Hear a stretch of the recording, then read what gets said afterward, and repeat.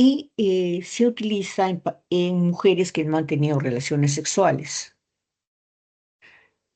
En las que han tenido relaciones sexuales es mejor utilizar la ecografía endovaginal.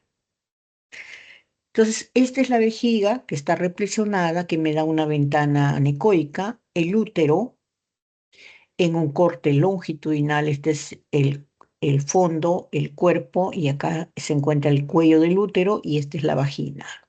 Un corte longitudinal. En un corte transverso, acá tenemos la vejiga, y este es un corte transverso a nivel del útero. Es como que estuviéramos cortando acá como una jamonada, donde estamos visualizando el miometrio y esta zona más central, más hiperecoica, igual que aquí. Esto es el endometrio. El endometrio va a ir variando de acuerdo al día del ciclo menstrual. Acá tenemos una ecografía transvaginal. Esto se realiza con un transductor endocavitario de alta frecuencia, con la vejiga vacía, en pacientes, como les mencioné, que ya han tenido vida sexual. Esto es como que yo viera una imagen de acá a 1 metro. La otra, la suprapúbica con vejiga llena, es como que yo lo viera de acá a 5 metros. O sea, la visualización es mucho mejor con la endovaginal. Entonces, esto es el cuerpo, el cuello uterino, toda esta zona, y la vagina se encuentra acá. La desventaja de este método es, si bien yo puedo visualizar más cerca las estructuras del útero y de los ovarios, no voy a tener tanta amplitud de visualización. Tengo más o menos entre 7 a 10 centímetros de profundidad. Más no voy a poder yo visualizar. O sea, en útero miomatoso va a ser un poco a veces difícil visualizar la patología. Voy a tener que complementar con el otro estudio suprapúbico. Entonces, al igual que el anterior, voy a ver en la parte más externa la región subserosa. Aquí voy a visualizar el miometrio, y esto es el endometrio más hiperecoico, más blanco, acá lo ven mejor, que va variando de acuerdo, el grosor va variando de acuerdo al ciclo menstrual. Se inicia en 2 o 3 milímetros, llegando hasta aproximadamente 15 milímetros en la fase premenstrual.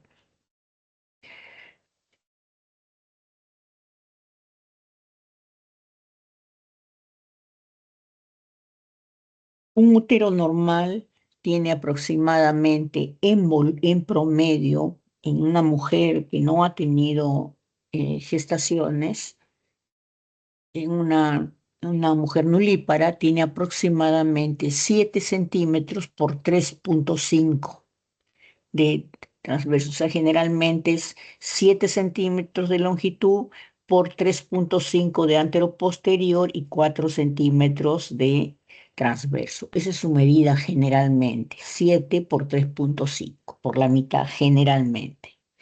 Va a ir creciendo por cada embarazo 1 centímetro. Tenemos también los ovarios. Los ovarios también se pueden evaluar con los dos métodos. Es mejor evaluarlos con la transvaginal. Este es un transductor transvaginal. Este transductor se le pone preservativos, 1 o 2, y se le pone un gel dentro del preservativo que me sirve como una ventana acústica. Igual se hace para el de acá, para el uterino, ¿no? Entonces, acá tengo los ovarios. Este es el ovario derecho y el ovario izquierdo. No se olviden que en imágenes siempre es el lado derecho, este es el lado izquierdo del paciente. Tiene los folículos periféricos, generalmente tiene un promedio de 7 folículos, un promedio como máximo de 10, más de 10 ya es patológico, y más o menos estos folículos van cambiando de acuerdo a la fecha del ciclo menstrual, van a ir variando de tamaño. Acercándose a la ovulación, su mayor tamaño. Entonces, estos folículos no deben, como les digo, tener de en número mayor de 10. Aproximadamente tiene 7, 8, un ovario normal.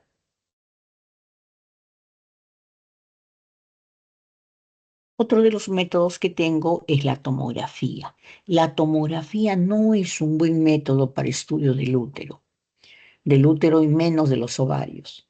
Me sirve generalmente para dar un estadiaje de una enfermedad, sobre todo de los cánceres, o para ver si alguna patología que tiene el útero ha invadido o ha comprometido estructuras adyacentes. Este es un corte axial de una pelvis femenina en la cual veo acá la vejiga. Este es un útero con sustancia de contraste en un corte transverso, el ovario derecho y el ovario izquierdo. Es una paciente joven porque sus ovarios son grandes. Como ustedes ven, no veo acá, no logro visualizar los óvulos, los folículos. Y el útero tampoco logro visualizar muy claramente el endometrio. Entonces, no es un buen método para estudio primario de uteroneovarios. Acá estamos viendo un corte en sagital a nivel del útero. Este es el útero, la vejiga se encuentra acá abajo y la característica de esto es que tiene aquí un contenido en el útero, contenido líquido, pero acá hay aire.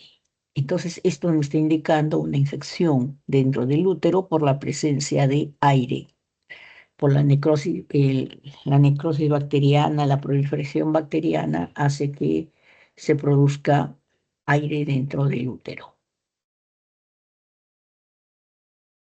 Pero esto es digamos, para ver extensión de enfermedad. La ecografía es muchísimo mejor para el diagnóstico de patología de útero y ovarios. Otra de los métodos que tengo es la resonancia magnética. La resonancia magnética tiene mucho mejor sensibilidad y especificidad que lo que es la ecografía.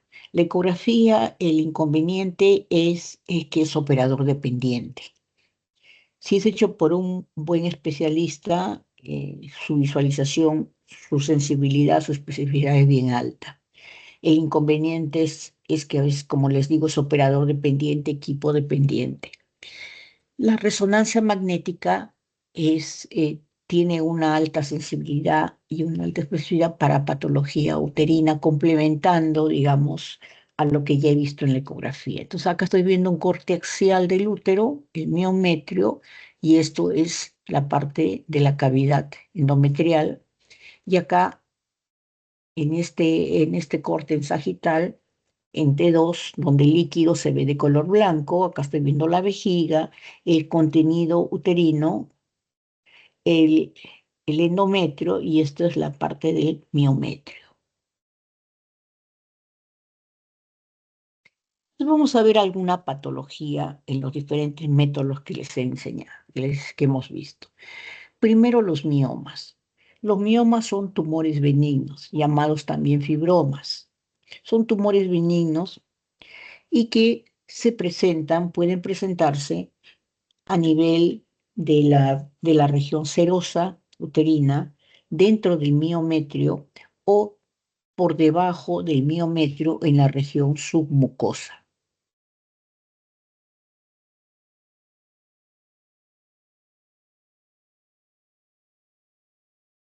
Pongamos que yo tengo el útero aquí, un corte algo longitudinal del útero.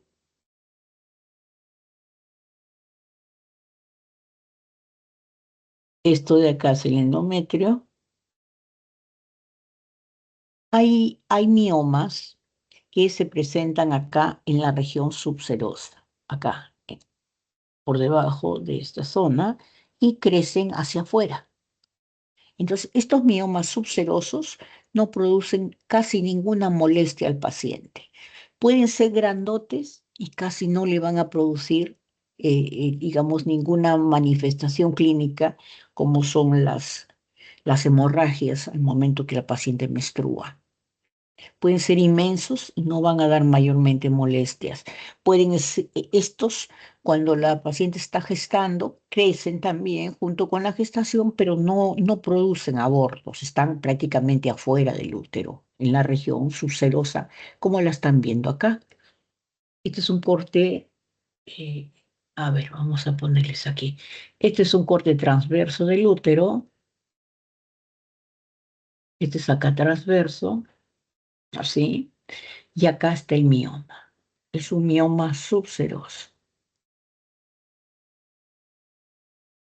Está por fuera, lo que están viendo acá, afuera del útero.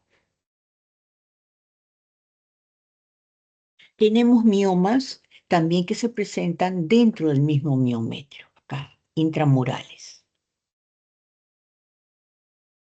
Pueden presentarse uno o varios acá, intramurales. Entonces, estos producen moderado sangrado al momento que la paciente menstrua, metrorragias, que no son tan abundantes y dependiendo del número y del tamaño del fibroma. Mientras más estén cerca al endometrio, más van a producir sangrado, metrorragias. Hay otros miomas que se presentan acá debajo, justo acá debajo del endometrio, en la región submucosa, acá.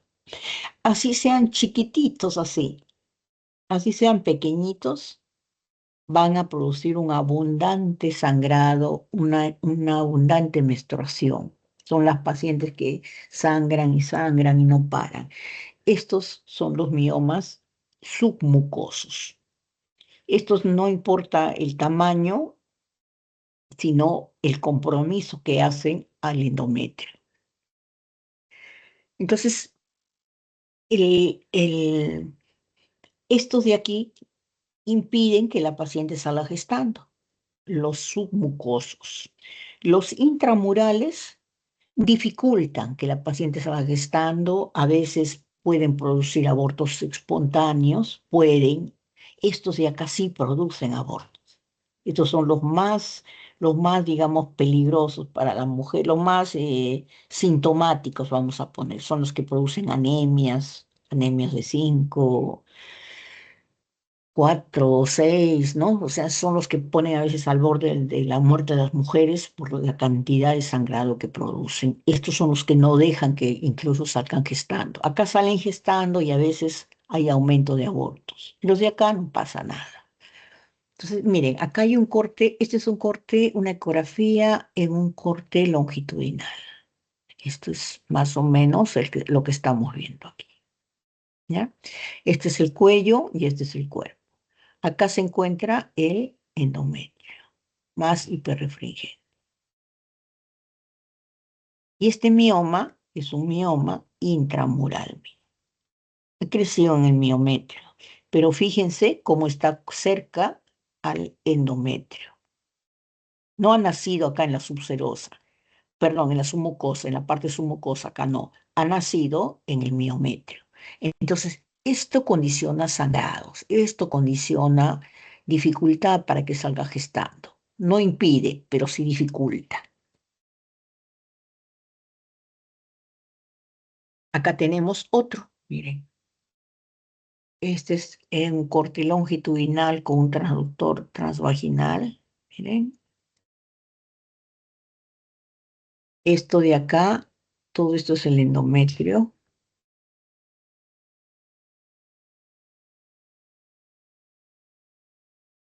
Más o menos. Y miren, justo en la región submucosa, fíjense esta masa de bordes regulares como todos los miomas. Todos los miomas tienen bordes regulares. Pueden ser únicos, pueden ser múltiples, pero todos son con bordes regulares. Mucho vamos a verlos de acuerdo al estadio. Cuando recién comienzan a formarse son así negritos, son hipoecoicos. Cuando ya se forman completamente, ya se hacen isoecoicos, son más blanquitos. Cuando más tiempo, más van pasando los años. Cuando más tiempo tienen, más van a producir lo que es calcificaciones, ya son miomas, digamos, miomas que ya están calcificados, son miomas que están prácticamente muertos, ¿no? Que ya tienen muchos años dentro de la paciente. Entonces, este, por ejemplo, es un mioma submucoso en la mucosa del paciente. Hay a veces miomas múltiples, como estamos viendo acá. Todo el útero está comprometido, todo el endometrio, todo lo veo comprometido, todo el miometrio se encuentra comprometido acá, como una forma más difusa. Esto se llama adenomiosis.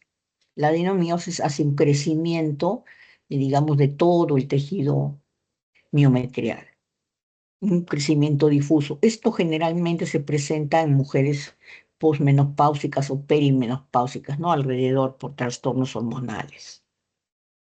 Es como un mioma, pero un poco más difuso. Se llama adenomiosis. Esto ya hemos visto. Acá tenemos miomas en una ecografía. Miren, acá tengo, este es un útero, un corte transverso del útero. Miren aquí, esto es un mioma, este es el endometrio, más o menos.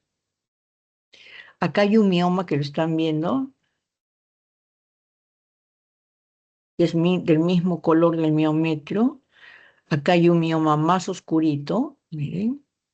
Este está recién iniciando, intramural. Acá hay otro intramural que ya está, digamos, un poquito más maduro, ya se hace un poquito más blanco, se va haciendo ya no negrito, sino se va haciendo un poquito más oscuro, pero ambos son miometriales. Y también tiene este subseroso. Se tiene acá subseroso, ay Dios, subseroso. Este es intramural y este también es intramural, solamente que están en diferentes etapas. Entonces, este de aquí es este.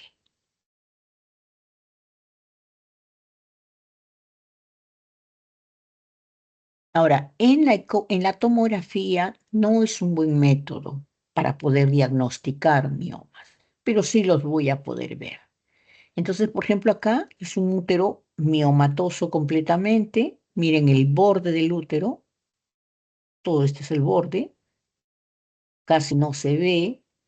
Acá está señalando un mioma, acá tiene otro mioma chiquito, acá hay otro, en diferentes, digamos, colores. Eso depende de cómo van apareciendo.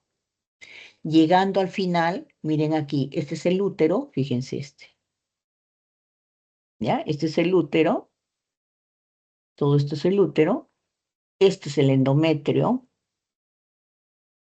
y acá veo un mioma que está más blanco, más hiperdenso. Acá hay un mioma que está más hipodenso en el miometrio, y acá en la región subserosa veo mioma calcificado. O sea, así empiezan. Negrito, después se vuelven gris y después se calcifican al final. Todos ellos están en diferentes posiciones. Subseroso, afuera, submucoso, debajo del endometrio, y intramural en el mismo útero. Los más peligrosos son los submucosos, así sean chiquititos. Pero todos son tumores benignos en diferentes etapas de crecimiento, por eso se ven unos más blanquitos, otros se ven más oscuritos, dependiendo. En cuanto a la patología del endometrio, tenemos lo más frecuente es la hiperplasia endometrial. Y generalmente se presentan en etapas de la vida, ¿no? En la etapa muy fértil, cuando recién está, digamos, a la edad de 20 años aproximadamente, cuando hay desequilibrio hormonal y cuando ya está finalizando la etapa del climaterio. Entonces, ¿cuándo se considera una hiperplasia endometrial? Este es el útero, un corte longitudinal del útero. Este endometrio va cambiando de grosor de acuerdo a la etapa del ciclo menstrual. Cuando recién se inicia, tiene aproximadamente unos 3 a 5 milímetros en la etapa de los primeros días menstruales, cuando ya eliminó, digamos, está eliminándolo al endometrio. Cuando se acerca a la ovulación, aproximadamente tiene unos 10 a 12 milímetros de grosor. Va engrosando el endometrio. Llegando a la etapa pos, pos, en la etapa, digamos, posovulación, hasta 15 milímetros. Ese es más o menos su grosor que llega. Entonces, si una paciente llega, tiene un endometrio, como están viendo acá, más de 20 milímetros, ya lo consideramos hiperplásico. Entre 15 a 20 estamos viendo que algo está pasando ahí, ¿no? O sea, pero no confirmamos aún una hiperplasia. Pero si ya pasa de 20 milímetros de grosor, ya consideramos una hiperplasia. Entonces, miren acá, este es el útero, un corte transverso, y este es el endometrio. Es un endometrio grueso, bien grueso, hiperrefringente, se vuelve más blanco. Esa es una hiperplasia.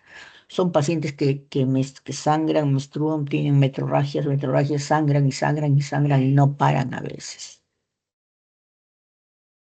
El cáncer de endometrio se produce generalmente en pacientes posmenopáusicas. Ya han pasado la menopausia, pasa un año, a veces pasa 2 años, y te vienen al consultorio y le dicen, doctor o doctora, después de un año, después de 2 años, he vuelto a menstruar. Y no es que haya vuelto a menstruar, sino que se ha formado un cáncer. Después de un año ya no debe la paciente menstruar. Después de un año que dejó de menstruar ya no debe. Entonces, ¿cómo se ve el cáncer? Se ve un endometrio en una paciente posmenopáusica. Esta línea endometrial, este es el endometrio, debe ser aproximadamente de 3 a 5 milímetros dependiendo de la etapa, o sea, debe ser así, dependiendo si se pone o no hormonas. Generalmente, la mujer posmenopáusica, una persona de 60 años, por ejemplo, tiene un endometrio de 3 milímetros, una de 55 años tiene un endometrio de 5 milímetros. Si se pone hormonas hasta 7 milímetros, pues se podría considerar como normal. Pero, ¿qué sucede en una hiperplasia? Perdón, en un cáncer de endometrio. Ese endometrio empieza a engrosarse. Es un endometrio engrosado, irregular, heterogéneo. Todo cáncer es heterogéneo, invasivo. Entonces, todo esto tiene áreas de sangrado acá, áreas crísticas, heterogéneas. Entonces, este es un cáncer de endometrio. Este es un cáncer más avanzado. Esto es el útero, el cuerpo uterino, viene así, más o menos, y este es el cáncer, miren. Inclusive ya invadió el miometrio. Miren, todo esto es el cáncer. Todo es Toda neoplasia maligna es hipervascularizada. Entonces, si yo le pongo el Doppler acá, va a ver una hipervascularización. Si esto está en una tomografía y yo le aplico contraste, esto va a captar. ¿Por qué? Porque todo lo maligno tiene neoangiogénesis, forma nuevos vasos, a predilección de los vasos arteriales. Entonces, esto capta contraste o es hipervascularizado. Tenemos la patología benigna del endometrio, que es el pólipo endometrial. Esto es un útero, vamos a poner que sea así, más o menos, ¿ya? Más o menos en la ecografía. Acá también tengo otro corte longitudinal del útero, más o menos. ¿Ya? Entonces, esto es la cavidad endometrial.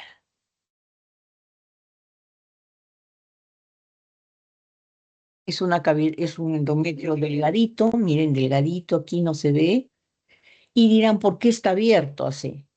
Porque para evaluar los pólipos se utiliza un estudio que se llama histerosonografía, en la cual se inyecta líquido dentro de la cavidad uterina para separar las paredes y que yo pueda visualizar la, lo que depende del endometrio. Entonces, este es un pólipo. Una tumoración, generalmente son hiperecoicas, de bordes regulares homogénea. Miren, es homogéneo, que son dependientes de la pared.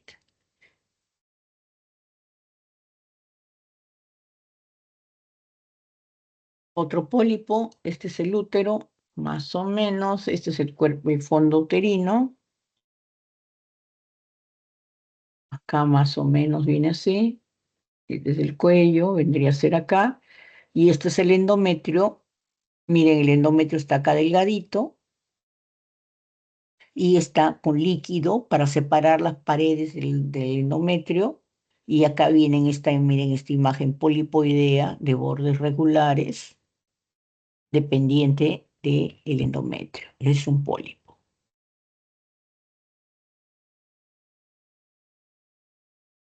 En cuanto a la patología de ovario, lo que más frecuente ustedes van a ver son los quistes.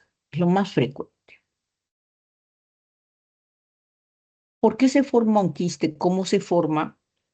Recuerden que llegando aproximadamente al día 8 de la fecha del ciclo menstrual, ciclo ocho, la mujer los folículos que está en el ovario empiezan a aumentar de tamaño, todos aumentan de tamaño.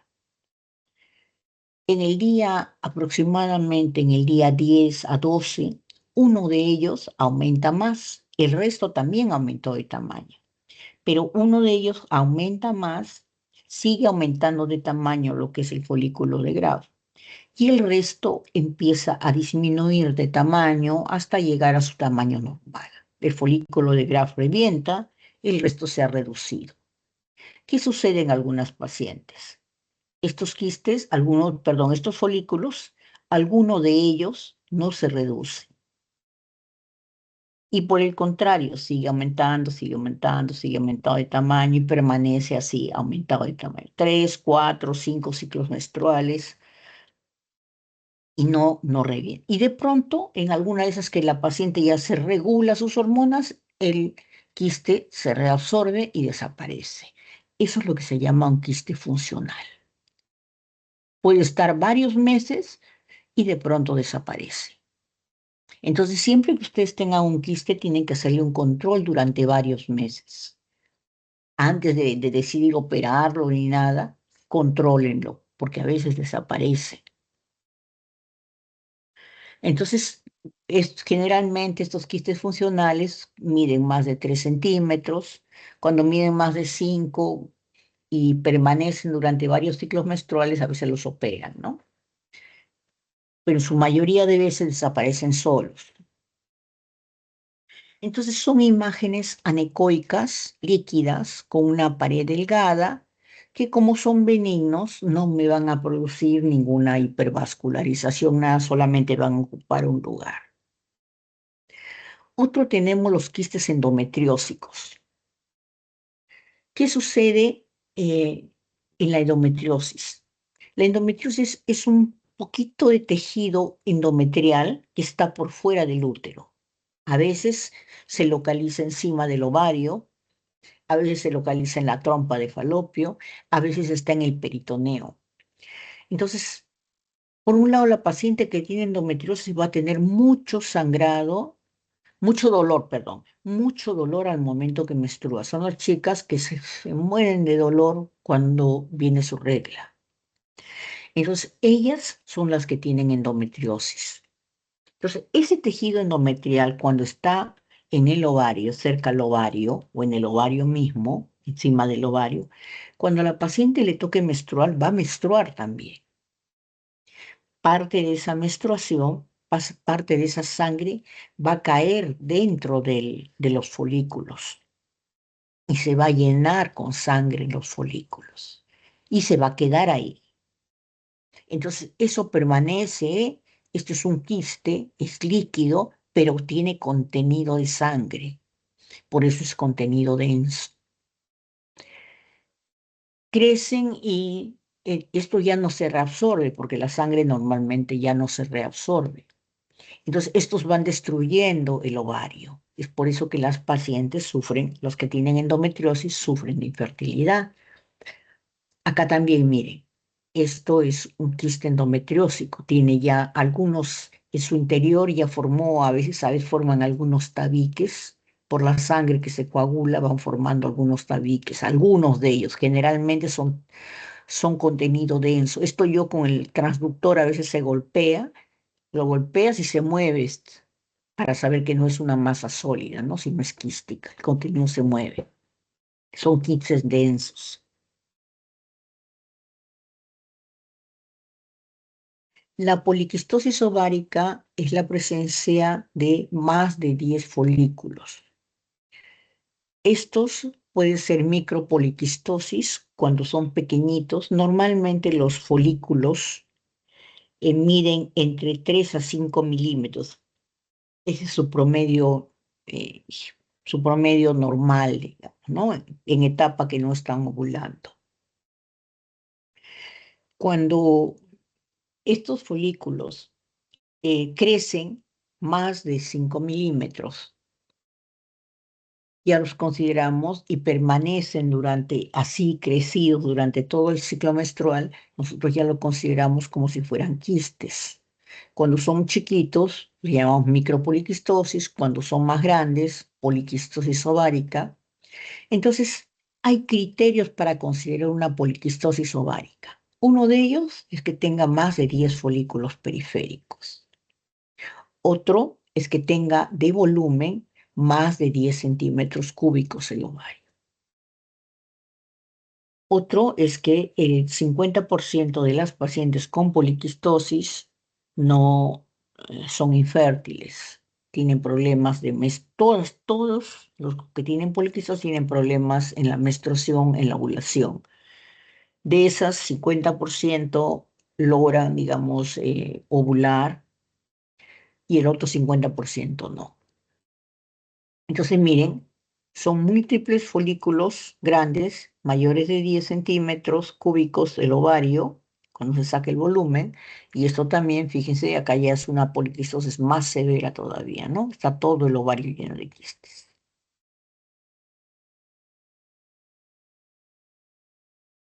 El cáncer de ovario, eh, todos los tumores que dan en las glándulas a nivel glandular son generalmente tumores mixtos. Entonces, en el ovario pasa lo mismo, es una glándula. Entonces, en el ovario voy a tener, los cánceres se presentan en su mayoría tumoraciones mixtas, contenido líquido y contenido sólido. Miren acá, tiene, es, esto es todo esto es un quiste, todo esto es un cáncer de ovario, una masa mixta con paredes internas, contenido líquido, son bordes irregulares, son heterogéneos, hipervascularizados, captan contraste, invaden el peritoneo. Miren aquí, este es un quiste también, perdón, un cáncer de ovario. Miren esta masa, es una masa irregular, heterogénea, tiene parte líquida, parte sólida, acá hay más sólido, invasivos, y que son hipervascularizados. Miren acá cómo se ve la vascularización en el Doppler, es hipervascularizado. La tomografía y la resonancia magnética me sirven más que nada para estadiaje. Para el útero es un poquito más, digamos, la resonancia magnética me sirve más. Para ovarios, si no. Para ovarios más me sirve para estadiaje. Entonces acá, por ejemplo, en esta tomografía, este es el útero, está lateralizado hacia el lado izquierdo, y este es el cáncer de ovario. una masa mixta, captadora de contraste, heterogénea, áreas líquidas, áreas sólidas, que invade tejidos adyacentes, invade el peritoneo, invade los órganos que están alrededor.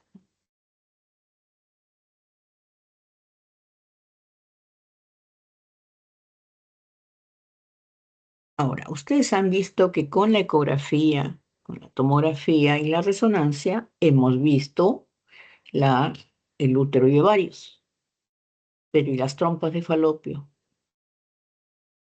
Ninguna de ellos evalúa las trompas de falopio. El método para poder evaluar trompas de falopio viene a ser la histerosalpingografía.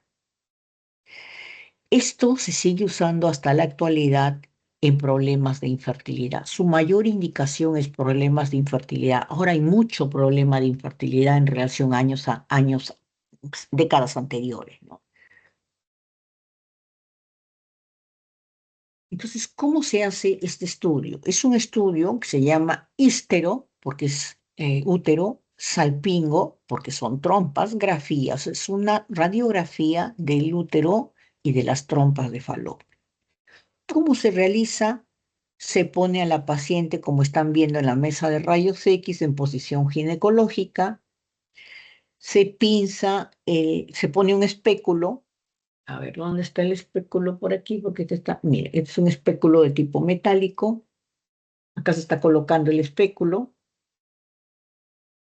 Acá se, se preparan el equipo. Acá se coloca el espéculo. Después de colocarse el espéculo, se pinza el cuello del útero. Acá se está pinzando para retraer el cuello del útero y por el orificio cervical interno del útero se inyecta con un inyector sustancia de contraste. Esto va a hacer que la sustancia de contraste pase por las trompas de falopio. Entonces me va a dar esto. Acá está la pinza que les digo en el cuello uterino. Esto es el orificio cervical interno, donde se aplica un inyector y a través de eso se inyecta sustancia de contraste a la cavidad uterina. Esta es la cavidad. El miometrio está por acá afuera, que no se ve, lo que se ve es la cavidad uterina. Y de ahí pasa a través de los diferentes segmentos de la trompa de falopio hasta la región ampular, hasta acá. Pasa al ampular, pasa a las fibrias y se vacía a peritoneo. Sale a peritoneo. Entonces los ovarios se encuentran en esta zona y del ovario pasa el óvulo a las fibrias y acá pasa a las trompas de falopio para encontrarse con el espermatozoide en el útero. Entonces hace el camino contrario. Entonces si pasa el contraste, quiere decir que las trompas están libres, están normales. Esta es una histerosalpingografía normal. Acá estamos, la radiografía, primero se toma una radiografía simple y se inyecta en la cavidad uterina. Esto es el útero, la cavidad uterina, y empieza a pasar a las trompas de falopio y verse la región ampular y se toma después las incidencias en oblicua, ¿no? Para ver las trompas de falopio acá y vaciamiento a la cavidad pélvica del contraste. Eso también es igual. La primera placa, el útero, acá también, este es el útero, el cuello uterino. Acá estamos viendo, esto es el espéculo. Acá se han utilizado un espéculo metálico. Este es el inyector, también que es metálico, y se inyecta la sustancia de contraste y me permite ver el trayecto de las trompas de falopio y su vaciamiento al peritoneo. El vaciamiento del contraste al peritoneo. Significa que están las trompas de falopio normales. Entonces, ¿para qué me va a servir? Para ver básicamente infertilidad. Tiene otras indicaciones que son menos frecuentes. La más importante es infertilidad. Miren acá, en la trompa derecha, este es el cuello, esta es la cavidad uterina y esto es la trompa derecha. Acá está la región de la fimbra, la ámpula, la fimbra, y se vacía peritoneo en el lado derecho. En el lado izquierdo, miren, llega acá y ya no hay más. Ahí quedó. hasta ahí. Entonces, esto es una impermeabilidad tubárica del lado izquierdo. Entonces, esta paciente tiene un mes va a tener la posibilidad de gestar, el otro mes no.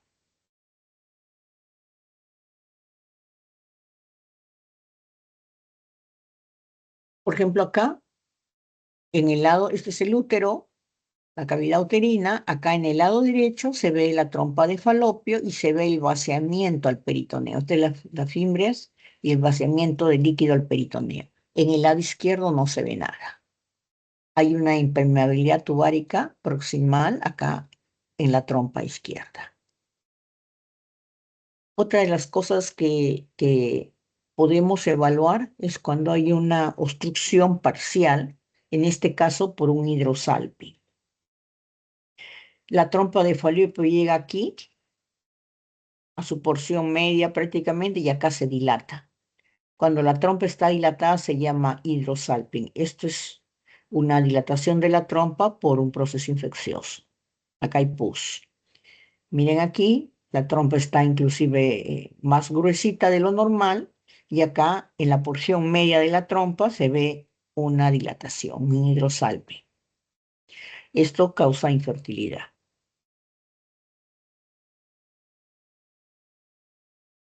Cuando quieren revertir la ligadura de trompas, también se utiliza este método. La ligadura de trompas pueden cortarla, como ven acá, pueden separarlo, pueden simplemente unirlo y posteriormente la paciente se arrepiente y tratan digamos, de ver, ¿no? Si está simplemente cuál es el método que han utilizado para ver si logran recanalizar las trompas. Entonces, para eso me sirve, para recanalizar cuando han hecho resección de trompa de falopio. Miren aquí, este es el espéculo, por eso se ve así. Este es el inyector. A veces lo ven acá como una oliva, una punta, a veces lo ven así, porque cuando es plástico, el plástico es transparente a la radiación, o sea, el plástico no se ve, esto es cuando es metal, se visualiza el cuerpo uterino. En el lado derecho pasa bien, esta es la trompa de falopio que se visualiza bien. En el lado izquierdo, miren aquí, esta es la trompa de falopio y hasta ahí llega prácticamente hasta la porción proximal. Acá deben haber hecho el corte de este paciente, ¿no?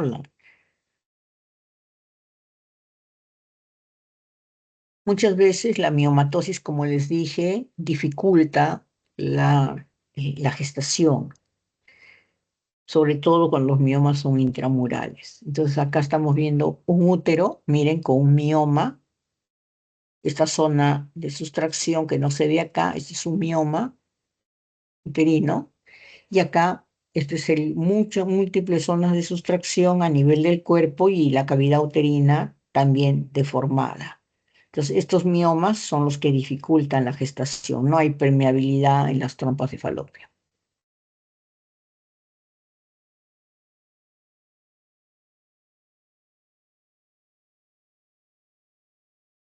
Como les dije, el hidrosalping es la infección de la trompa de falopio con aquí estamos viendo una dilatación en la parte distal de la trompa. Eso se llama hidrosalping, por infección de la trompa de falopio. Se dilatan y eso ocasiona que no sea impermeable la trompa. Acá hay una dilatación severa desde el inicio de la trompa de falopio. Acá solamente la parte distal, acá desde el inicio, ahí es el útero, y acá se inicia, está dilatado, miren, y acá también. Está todo dilatado prácticamente desde los 2 tercios distales se encuentran dilatados. Se llama hidrosalping, que condiciona impermeabilidad tubárica permanente, ¿no?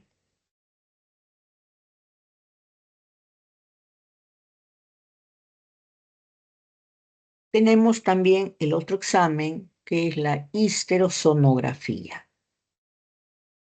Histero es útero, sonografía es ecografía. Es una ecografía uterina en la cual se dilata la cavidad pélvica, perdón, la cavidad uterina, para poder ver qué cosa hay a nivel del endometrio.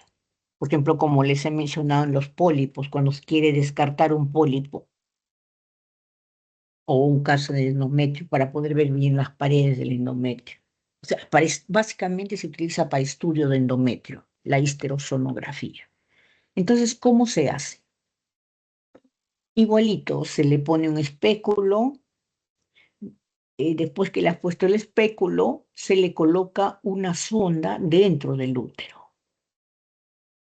La sonda se infla un globito, la sonda se infla un globito, y eso impide que el líquido que se inyecte dentro del útero salga. Entonces, mientras el globito esté ahí, no sale el agua dentro del útero que se inyecta. ¿Sí? Se pone cloruro de sodio y se le hace una ecografía transvaginal. Se saca el espéculo y se realiza la ecografía transvaginal. Entonces, ¿qué va a hacer?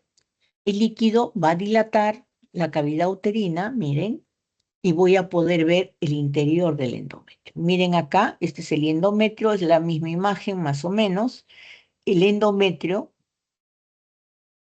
este es el endometrio, más o menos acá debe estar unos 6 milímetros por lado, y acá le han inyectado el líquido y cómo se separan las paredes. Y se ve que no hay nada adentro, no hay ninguna patología a nivel del endometrio. Para eso me sirve. Por ejemplo, acá un pólipo, este es el útero, y acá se veía una imagen, miren acá, hipoecoica, que estaba elevando el endometrio.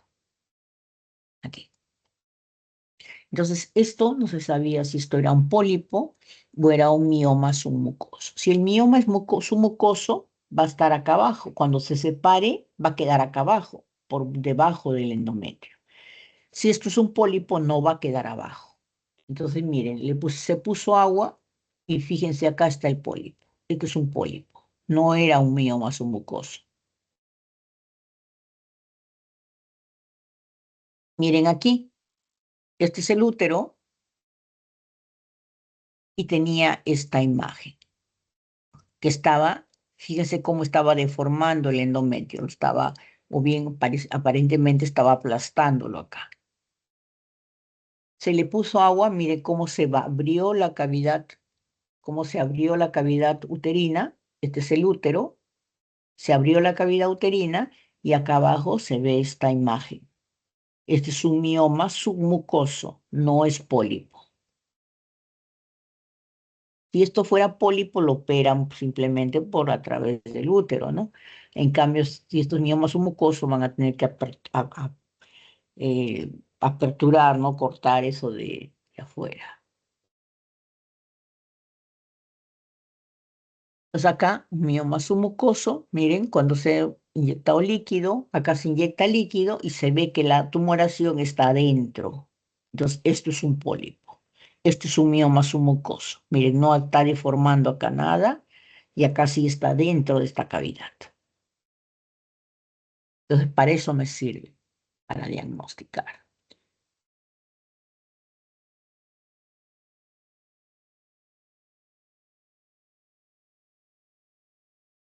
Un minutito.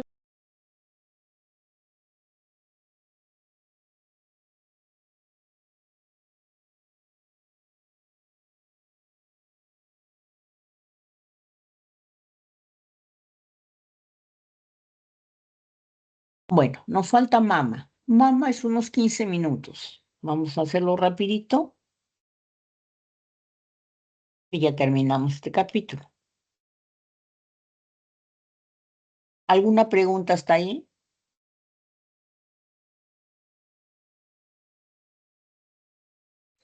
Ninguna, doctora. Ya. Entonces vamos a ver mama, como le digo, rápido. Tenemos tres métodos para la evaluación de la mama. Tenemos la mamografía, que se utiliza generalmente en pacientes mayores de 40 años. Tenemos la ecografía, que es en pacientes menores de 40 años, y tenemos la resonancia magnética, que es un método, digamos, que se utiliza o bien para complementar los estudios anteriores o en ciertos pacientes, en indicaciones, digamos, precisas para evaluación. El método de screening es la mamografía. El método, digamos, para jóvenes o pacientes para complementar los estudios de la mamografía es la ecografía. Entonces, vamos a ver. Entonces, ¿qué es lo que nosotros vamos a visualizar? Esta es una ecografía, una mamografía, como les digo, para descarte de cáncer de mama. Y acá, ¿qué vamos a ver? Vamos a ver la piel, es como si fuera es un corte oblicuo medio lateral, que es como si fuera es un lateral, digamos, de la mama. Y acá estoy viendo la piel, acá veo el pezón, lo que están visualizando aquí. Aquí los conductos glandulares, que normalmente se ven muy poco. Y estos son todo esto blanco que ven acá. Estas zonas blancas son las glándulas mamarias. El tejido negro, el tejido radiolúcido, es la grasa premamaria y la grasa retromamaria, la parte de acá. Cuando la paciente, esto es el músculo pectoral, y acá está la axila. Cuando la paciente es joven, tiene mucho tejido glandular, entonces el tejido glandular se ve blanco, y al verse blanco, va, digamos, a tapar la mama. Voy a ver todo blanco. Es por eso que en pacientes mayores de 40, cuando los estrógenos bajan, este tejido glandular disminuye. Por eso es que recién se puede visualizar la mama a los 40, después de los 40 años. Entonces, estas son las dos incidencias que se toman: la lateral, oblicuo medio lateral, y la cráneo caudal. Entonces, acá voy a ver los pezones. Esta es la mama derecha y acá está la mama izquierda. Esta es la mama derecha y la mama izquierda.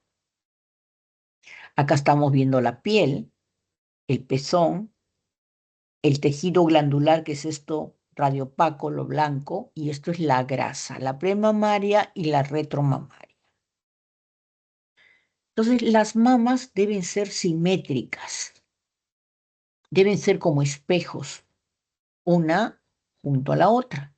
Las ponemos y deben ser iguales. Entonces, si yo encuentro zonas que no son iguales, son zonas sospechosas de que puede estar habiendo un cáncer de mama. En esta incidencia voy a ver, a ver, vamos a rapidito nomás acá. Miren, esto es el pezón y este es el otro pezón. Entonces, acá trazo una línea por los pezones, más o menos, y acá trazo una línea por los pezones. ¿Ya? Entonces, esta es la mama derecha y esta es la izquierda. Igual, la derecha y la izquierda. Entonces, en esta incidencia, estos de acá arriba que están sobre la línea de los pezones son los cuadrantes superiores. Superior, superior. Este es el inferior y este es el inferior. En estos de acá, lo que es oblicuo, este se llama oblicuo medio, perdón, este cefalocaudal. Esto de aquí, este es el cuadrante externo y este es el cuadrante interno. Este es el cuadrante externo y este es el cuadrante interno. Entonces, si yo veo un nódulo, vamos a poner que yo encuentre un nódulo acá, en la mama derecha, y lo encuentro aquí. Acá se proyecta el nódulo aquí. Entonces, este nódulo está en el cuadrante súpero interno de la mama derecha. Entonces, así localizo yo. Entonces, voy a tener en la mama, tengo diferentes densidades. Mucho depende de la edad o mucho depende también del paciente. Hay veces que tengo mamas que son completamente grasas, como la que están viendo aquí. Es más tejido graso que tejido glandular. Tejido glandular tengo poco. Hay mamas que tengo moderadamente tejido glandular y moderadamente tejido graso, va más o menos a la par.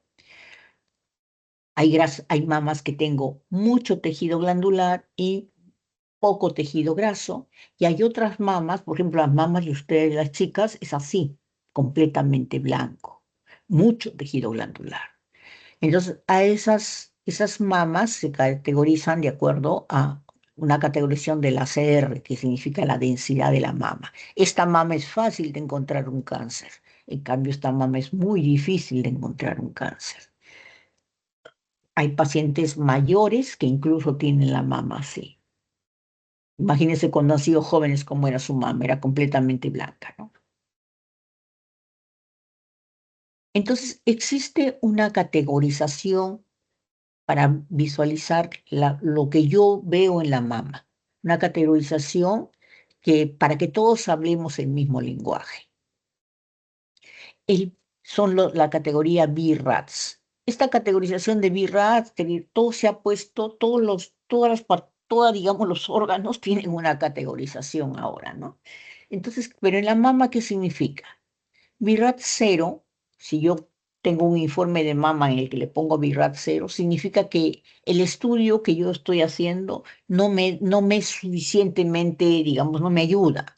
Por ejemplo, en este caso de las mamas densas que les puse, me dieron una mama así, yo acá no veo. Al no ver, es insuficiente este estudio. Tengo que complementarle con una ecografía o en el peor de los casos con una resonancia, porque no veo acá, no me ayuda el estudio. Entonces, eso significa un estudio incompleto. Eso es un estudio BRAT 0, significa que tengo que completar con algo más. BRAT 1 significa que es normal, que es negativo para cáncer. BRAT 2, que yo estoy seguro que esto es benigno. Veo una imagen que es quística y yo estoy seguro, sí o sí, esto es benigno. Veo una imagen que me parece benigna, no estoy segura 100%, me parece probablemente sea benigna. Entonces tengo un poquito de duda, es BRAT 3. BRAT 4 es que probablemente sea maligna. Acá tienen varias categorías, ¿no? Probablemente sea maligna. Me sugiere que esto es maligno. 5 es cuando yo ya estoy completamente seguro que es maligno. Y 6, BRAT 6, ya es un cáncer confirmado. Por ejemplo, ¿cuándo? Cuando, por ejemplo, un cáncer le voy a hacer una biopsia. Voy a hacer una biopsia y le estoy mandando una mamografía. Entonces ya es un BRAF, ya está confirmado que esto es cáncer. O cuando, por ejemplo, tiene ya diagnóstico de cáncer, le dan su radioterapia, le dan quimio y le vuelven a hacer una mamografía. Ya esto está confirmado que esto es un cáncer, pero se quiere ver cómo está ahora. Ese es un BRAF 6, que ya está confirmado, pero se quiere dar otro, digamos, algún tratamiento. Ya tiene un tratamiento el paciente. Tenemos la ecografía. Esta es una ecografía que se hace en pacientes, como les digo, menores de 40. Todo esto es la piel. Esto es el tejido que veíamos, el tejido graso premamario. Este es el tejido glandular. Todo esto es el tejido glandular. Esto es el músculo pectoral y este es el pulmón. Esto va a variar de acuerdo como vean la densidad de la mama, de acuerdo a la edad. Ustedes deben tener una mama, las chicas deben tener una mama así, bien blanquita, ¿no? Entonces, ¿en qué casos indica la resonancia magnética? Por ejemplo, en pacientes que son obesas. La paciente obesa es tan grande su mama, esas obesas mórbidas, que la ecografía no me entra. O sea, la ecografía generalmente de parte para mama tiene una profundidad de 10 centímetros, 12 centímetros, más no voy a ver. Y si la paciente es gordaza y tiene 20 centímetros de mama, no voy a ver. Entonces, en ellos, la mamografía tampoco. Le pongo el chasis y se sale por los lados la mama. Entonces, en pacientes obesas, en obesidad mórbida, en obesas, es una indicación la resonancia magnética. Otro es cuando hay mujeres que tienen prótesis de mama muy grandes. Entonces, en la prótesis de mama muy grandes también hay dificultad, sobre todo cuando están retroglandular, detrás de la glándula, y son muy grandes, comprimen la glándula. Entonces no se va a poder visualizar claramente. En esas pacientes también se les indica resonancia magnética o cuando se sospecha de una ruptura de la prótesis. A veces es difícil cuando son prótesis muy grandes ver cuando está rota la prótesis. Entonces en ellos se les manda resonancia. ¿En qué otras? En cuando hay duda en la tomografía, perdón, cuando hay duda en la ecografía o en la mamografía del estadio de la lesión. Yo tengo, no sé si este ganglio que estoy viendo acá, yo veo un ganglio en la mamografía, estoy viendo un ganglio en ¿cómo se llama? En la tomografía, lo estoy viendo en la ecografía, pero no tengo la duda de que es o no es, porque el tratamiento cuando es un cáncer de mama en estadio 3 en estadio 4 es diferente. Entonces, ahí la duda, no se establece una correcta estadificación, ahí se le indica una resonancia. En pacientes, por ejemplo, que tienen marcadores genéticos positivos, por ejemplo, jóvenes, se dice que, por ejemplo, en familias, cuando hay el BRCA1, BRCA2, los marcadores genéticos, hay familias que la mamá tiene cáncer de mama, la tía, la abuela, ¿no? La hija hace generalmente 10 años antes. Entonces, si la mamá hizo a los 30 años, probablemente la hija haga 10 años antes, a los 20 años. Pero si la mama es densa, tanto en la ecografía como en la mamografía es densa, en ellos voy a tener dificultad para evaluarla. Y tan chiquita, 20 años, no le voy a quitar todavía la mama. No le voy a quitar, digamos, voy a sacarle, voy a hacer una mastectomía, si todavía no ha presentado nada, ¿no? Entonces, en ellos que tienen marcadores genéticos positivos y la ecografía, ni en la ecografía, ni en la mamografía me ayuda, entonces para ellos es la resonancia. Cuando cuando hay duda de recidiva rápida digamos, de un cáncer de mama, en ellos se complementa. Entonces acá estamos viendo cómo veo una mamografía, perdón, una resonancia magnética. Este es en T2 y acá este es en T1. Es para complementar.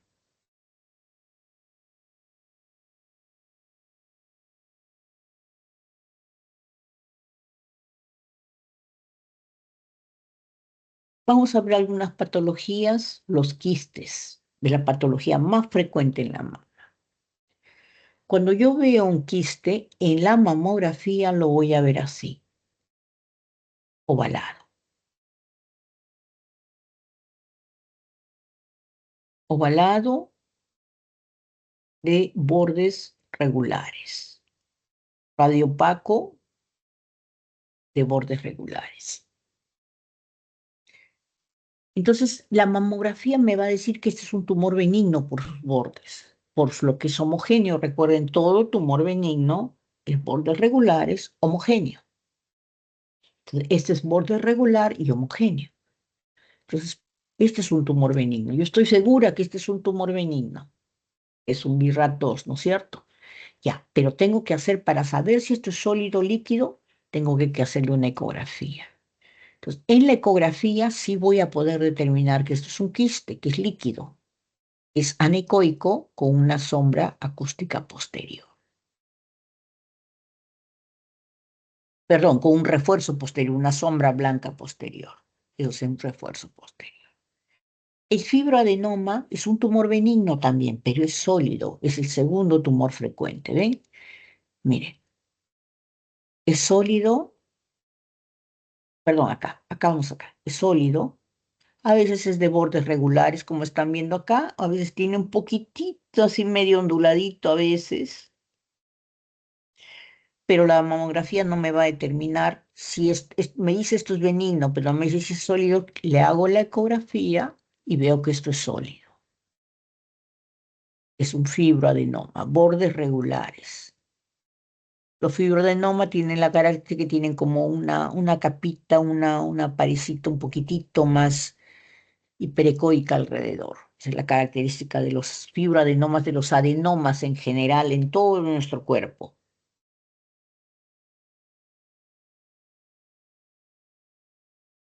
Ahora, los signos de cáncer de mama. El primer signo que voy a tener en un cáncer de mama es la presencia de microcalcificaciones. Entonces, basta que cuando recién se inicia el cáncer en el conducto galactóforo, va a producir áreas pequeñas de necrosis y esa necrosis va a producir microcalcificaciones, o sea, calcificaciones punteadas como si fueran granitos de arena, así irregulares. Entonces, basta que yo encuentre 5 microcalcificaciones juntas para que esa zona sea sospechosa. Mientras más irregular sea esas calcificaciones, microcalcificaciones, más sospechosa de que eso es maligno. Entonces, basta que yo encuentre un grupito de 5 para que esa zona ya sea biopsiada o para que esa zona sea sacada, porque ahí está iniciándose un cáncer. Cuando ya lo tengo aquí, así como están viendo acá, esto ya es un comedocarcinoma, por ejemplo. Es múltiples calcificaciones. Miren aquí también, múltiples calcificaciones en las glándulas mamarias, las microcalcificaciones. Ahí es cuando recién se está iniciando.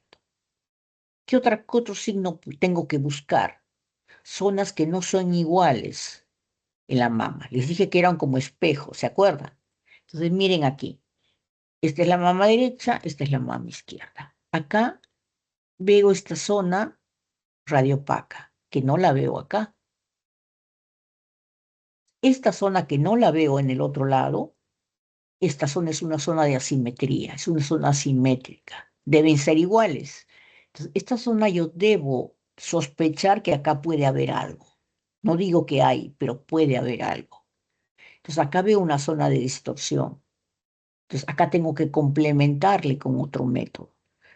O bien a veces se comprime esta zona, se hace compresión de la zona. Si esto solamente es glándula, se va a separar. Cuando le hago la compresión ya no se ve esto que se junta. O cuando le hago una ecografía no veo nada acá. Es normal ese tejido. Entonces lo complemento con algo. Esas zonas de asimetría hay que sospechar que puede haber un cáncer acá. Esa es otra, o zonas de distorsión o asimetría, ¿no? Son las que no son iguales una al lado de la otra.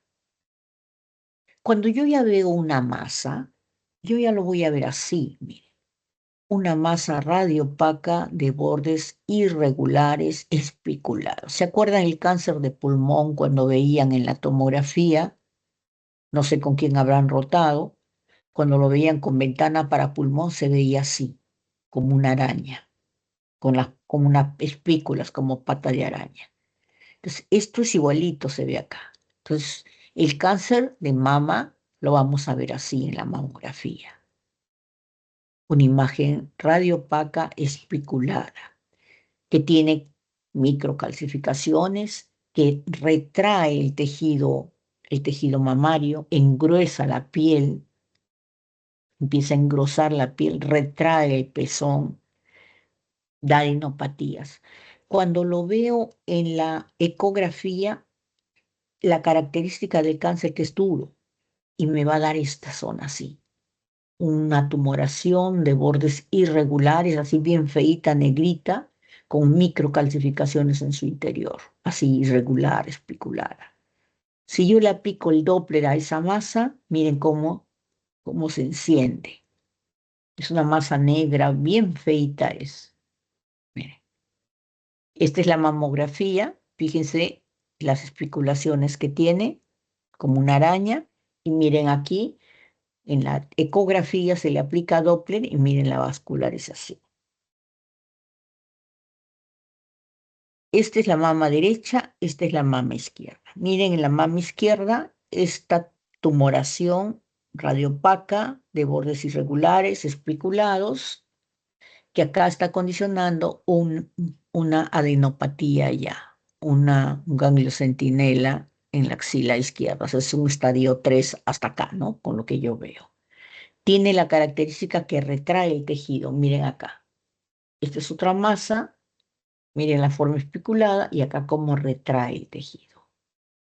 Retrae la piel, engruesa la piel, produciendo piel en cáscara de naranja y el pezón lo retrae. Entonces, esta es la forma en que se presenta. Miren, la forma es bien feito, con microcalcificaciones y vascularizado, no se olviden.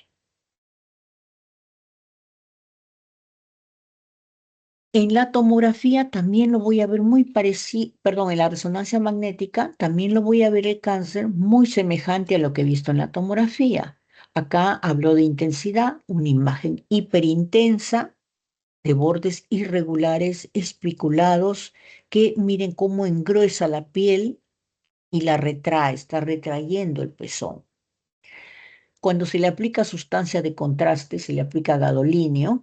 Gadolinio es la sustancia de contraste que se utiliza en la resonancia. Esto hace que todo lo que es maligno, como les mencioné, tiene neoangiogénesis, o sea, produce, capta contraste. Entonces, esto es sin gadolinio y acá con gadolinio. Miren cómo capta el contraste. En el mapa de color, acá, esto se ve una imagen hipermetabólica. Miren aquí. Y en la espectrografía, donde se mide la colina, la colina se eleva en los cánceres. En los cánceres está elevada la colina. Entonces acá miren, esto es lo normal y acá se ve la elevación del pico de colina en esta zona. Entonces eso me indica un cáncer. Entonces eso es todo, chicos. ¿Alguna pregunta?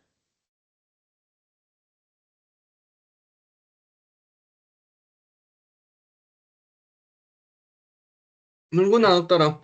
Ninguna. A ver, está Jordan. Vamos a pasar lista.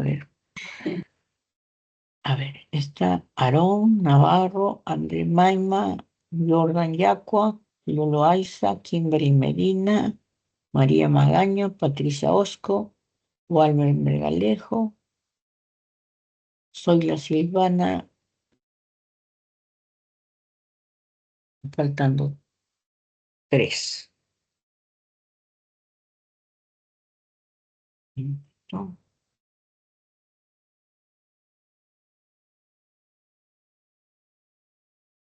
Listo.